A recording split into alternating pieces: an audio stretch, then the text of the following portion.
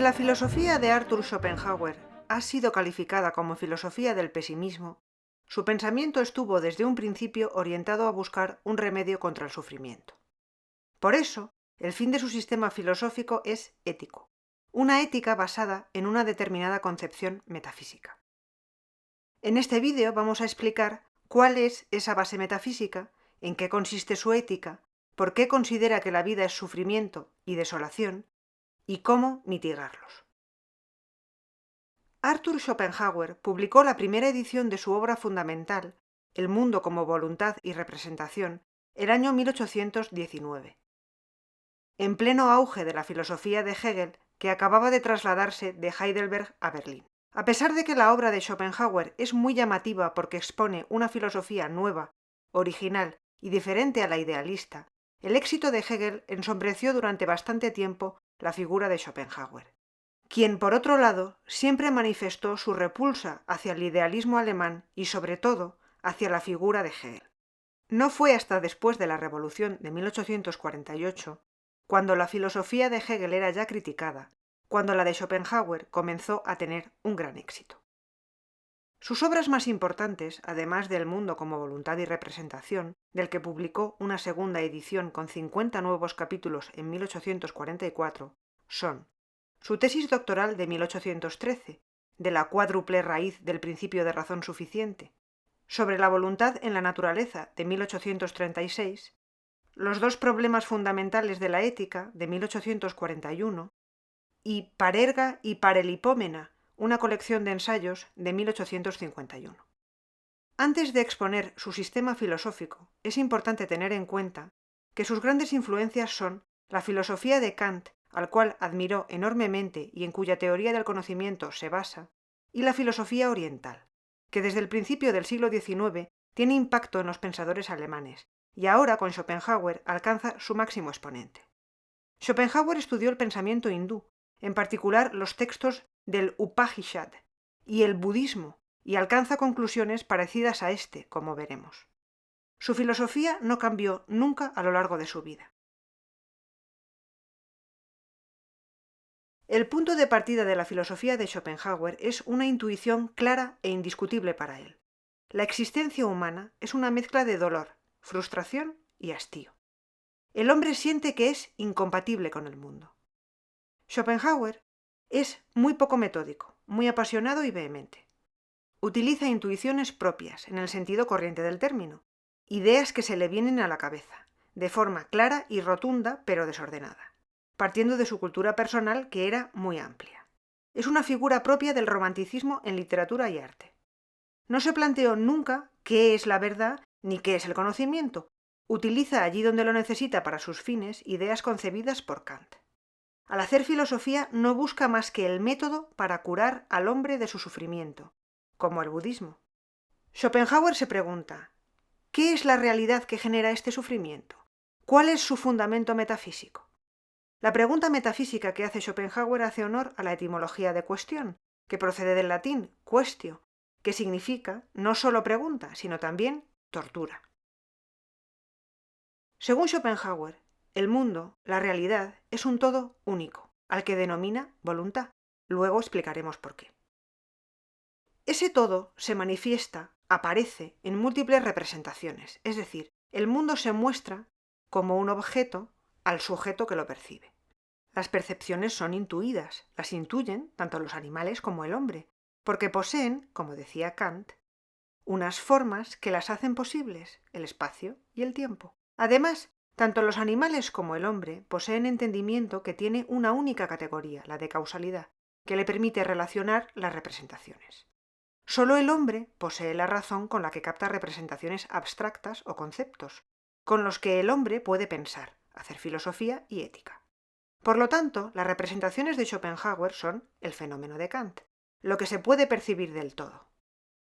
Schopenhauer considera que la razón tiene una función biológica, que la naturaleza la utiliza para satisfacer las necesidades de poder manejar y ordenar el mundo en el que vive. Pero además, el mundo, que es mi representación, incluye también mi cuerpo, que también es mi representación.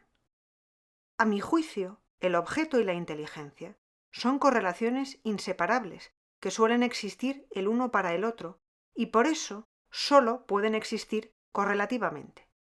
Ambos constituyen el mundo como representación, que es precisamente la apariencia kantiana y, en consecuencia, algo secundario. El mundo es objeto para un sujeto, pero éste también forma parte del objeto y se relaciona con él.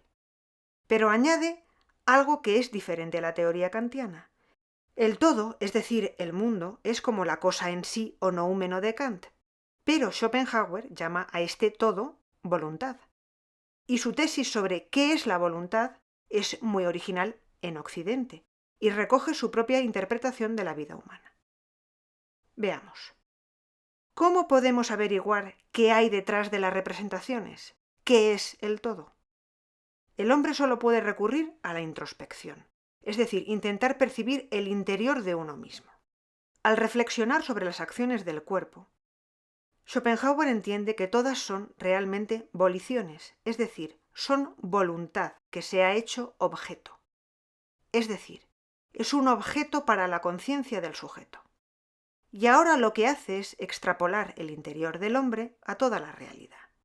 La cosa en sí, el noúmeno, es voluntad, a la que define como un impulso ciego, un devenir eterno, esfuerzo infinito. Considera este esfuerzo como supervivencia, a la que llama voluntad de vivir. Si observamos la naturaleza, por ejemplo los animales, vemos que en todos los instintos o fuerzas hay voluntad de vivir o de supervivencia de la especie. La teoría de Schopenhauer de que la razón en el hombre surge para controlar el mundo está expresando esta idea, es decir, la razón manifiesta la voluntad de vivir. Pero como la voluntad es esfuerzo infinito, constante devenir, nunca alcanza un estado de tranquilidad.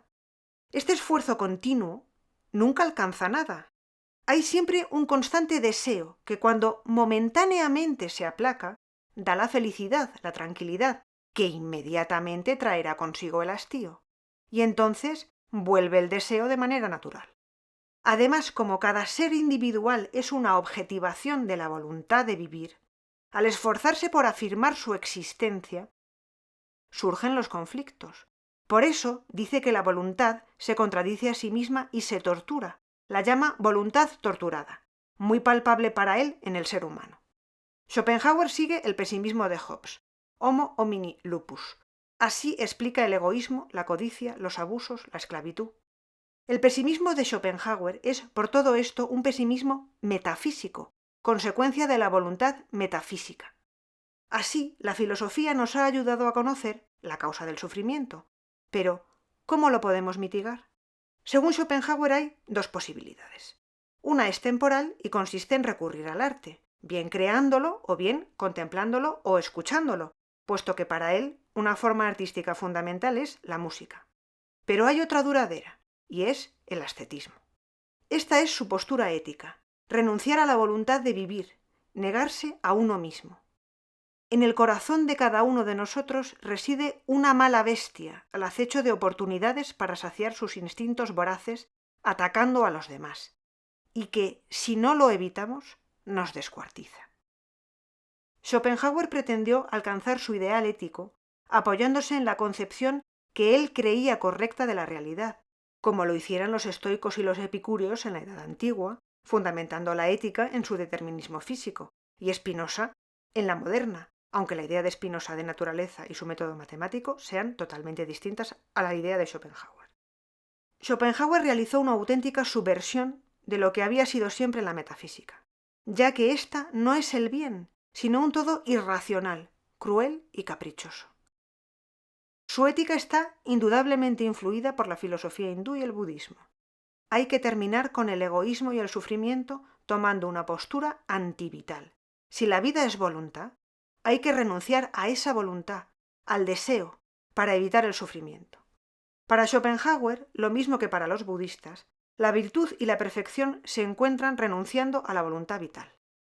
Schopenhauer propone una filosofía muy distinta a la de Hegel, no dialéctica, buscando la paz interior del individuo y que tuvo una gran influencia tanto en filósofos como en artistas a partir de la segunda mitad del siglo XIX. Es muy clara su influencia en el primer Nietzsche, el que también valora las manifestaciones artísticas y la importancia de los instintos reprimidos. Pero a Nietzsche, posteriormente, no le gustará el pesimismo de Schopenhauer ni la solución antivital que propone. En literatura, figuras como Kafka o Joseph Conrad se han vinculado al fatalismo de la visión de la vida y la naturaleza que marca la filosofía de Schopenhauer.